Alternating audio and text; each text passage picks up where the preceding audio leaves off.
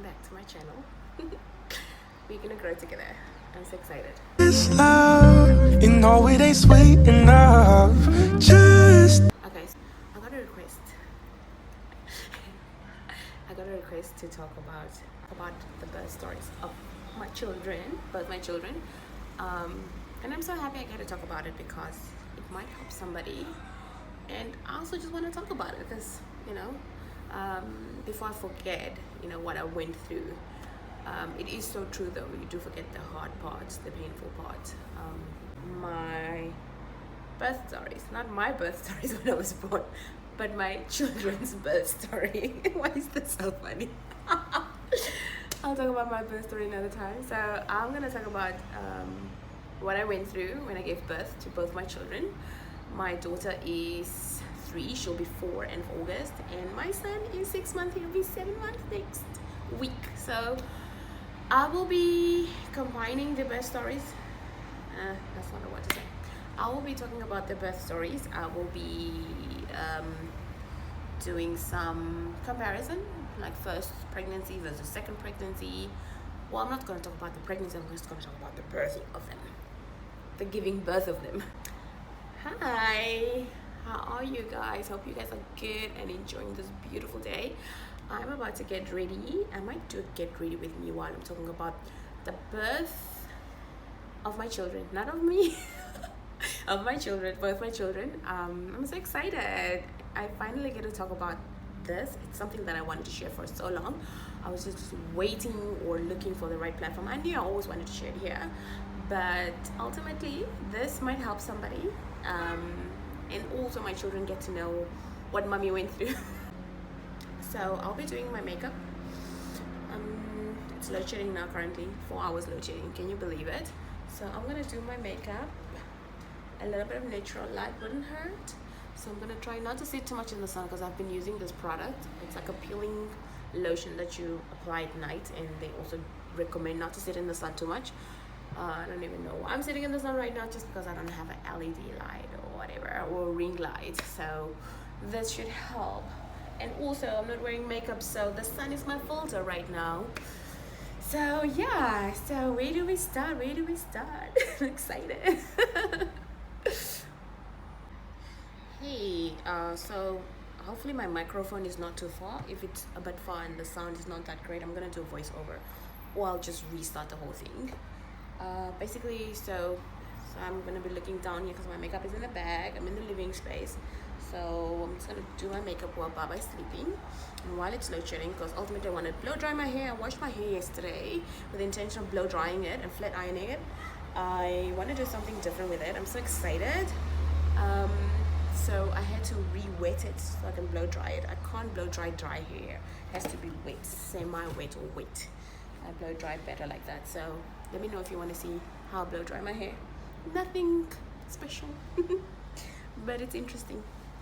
I always use a primer first. I know somebody said something about don't put a primer on your face, it's not a building, but I feel like this really does work. I've been using this for like the past 5 years. I don't wear makeup every day, but when I do wear, I just feel like it's nice. It's something that won't clog up the pores, and also like it just mattifies and blurs, you want that picture perfect skin. See, I'm starting to get fine lines here because I frown so much. I don't even know why I frown so much. And Botox is expensive, or maybe it's not. I should just research. Maybe I should get Botox. What do you think about Botox, guys? I think that's enough. Sometimes I'll just pat it in like that. I feel like it's just like I have a lot of pores there, so that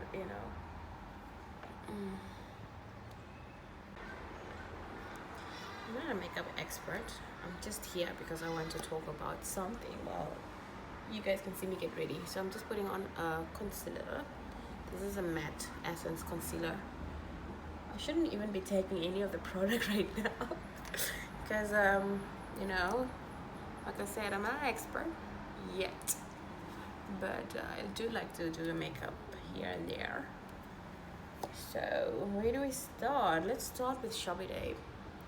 Wow. Shabby Day's pregnancy was almost like a dream, you know?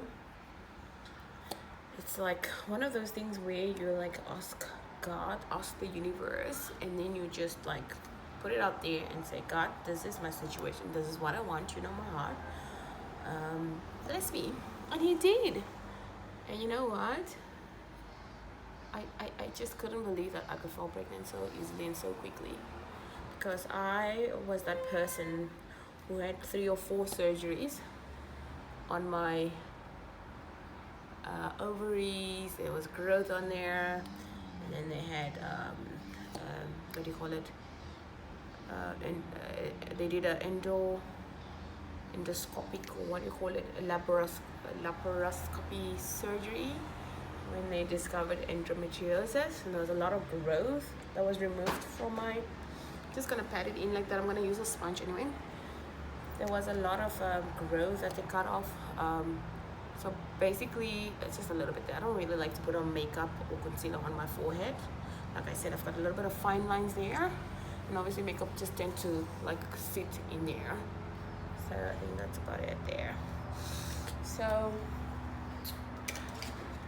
something I never really talk about. I've never really spoken about it. But it's real and it does happen. So a lot of women suffer from this endometriosis. You can check up on that. I'm not going to talk about it now. This is not that video. So basically, this makeup is a little bit darker. And my skin, it's almost like I got a 10. I do like it. This is what I'm using now is, I seem to like Essence, but it's not even like deliberately that I buy all this stuff. This is Stay. I don't know if you can see. There we go. Stay Essence. And this is Soft Hazelnut. It's very dark for my skin, but like I said, I don't mind being darker than lighter, and it's almost like I got a 10. And I don't like to wear too much makeup, so 1 layer of this for me is enough.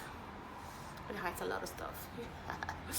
Anyway, so like I said, you should be in and out of hospital for ovarian cyst, and then obviously diagnosed with endometriosis.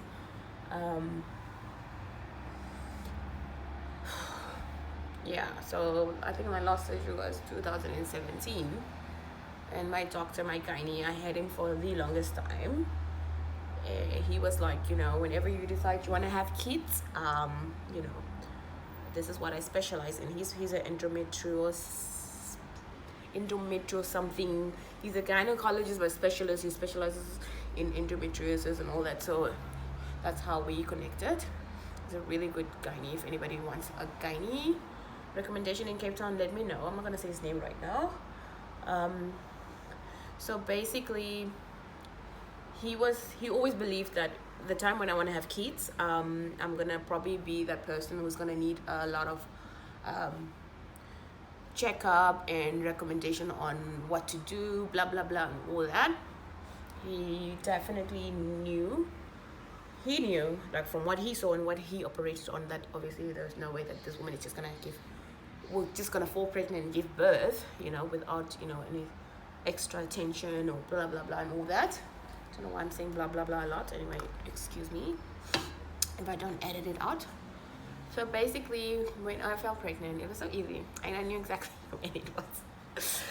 I was just dating Shelby Jay's Sandy's father, my partner, or whatever. I don't even know what to refer to him. That's a story for another day. For a year, and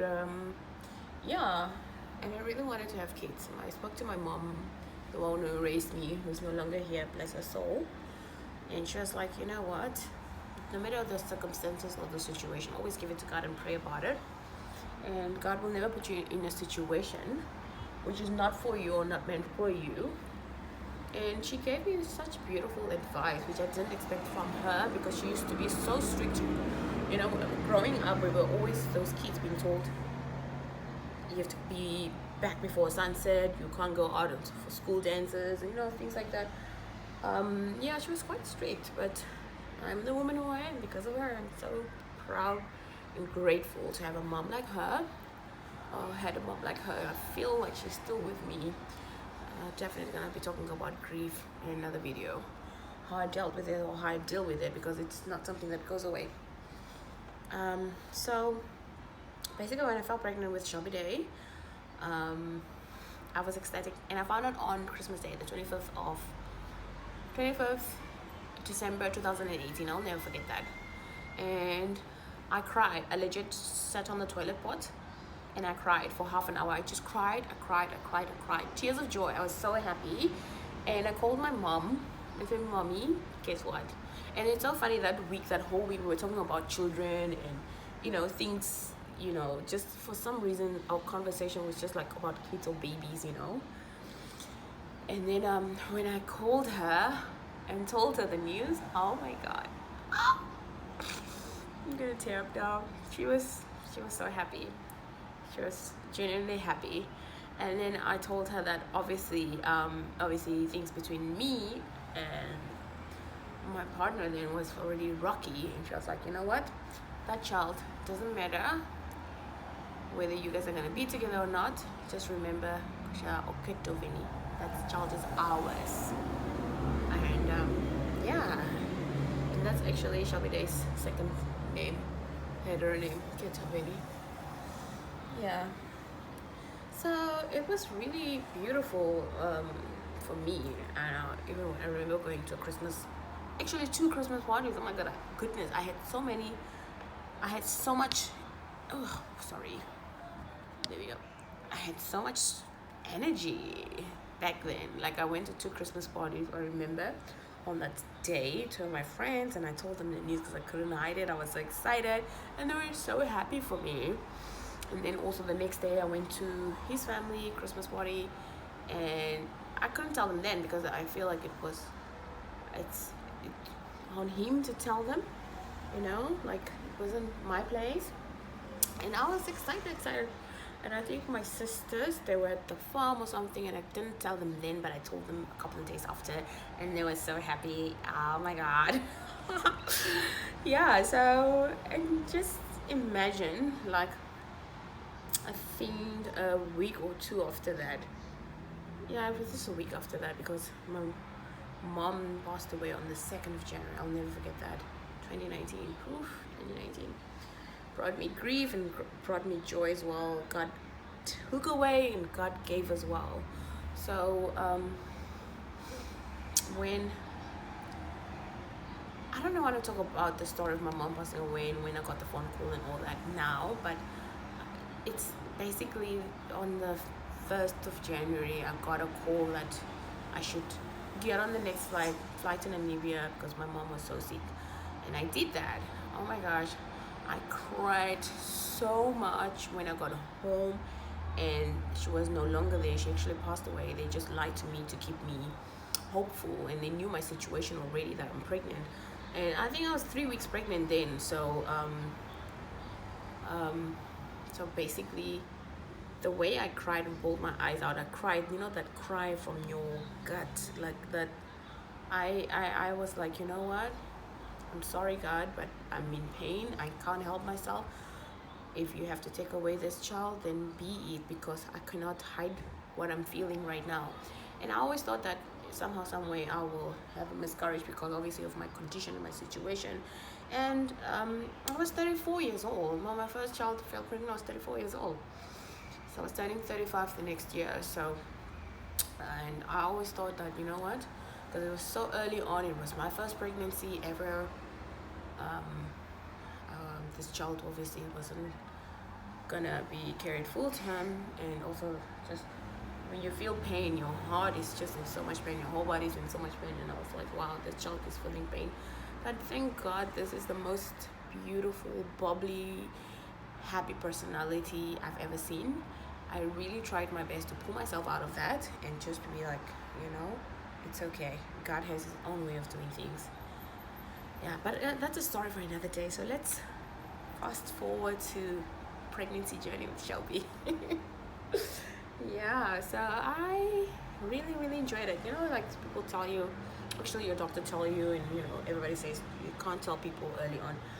I wasn't that person. All my closest friends, my family members, they all knew I was pregnant, like straight on. Like the first 3 weeks, 4 weeks. Everybody knew. And only later on, I think when I was after the first trimester, that I told everybody, like even strangers. And oh wow, I really enjoyed my first pregnancy. I enjoyed it, and as I was a very healthy person. I was into running marathons. Well, not yet marathons, but half marathons, 10 kilometers, hiking. I was very active and very healthy. I had a very healthy, active lifestyle.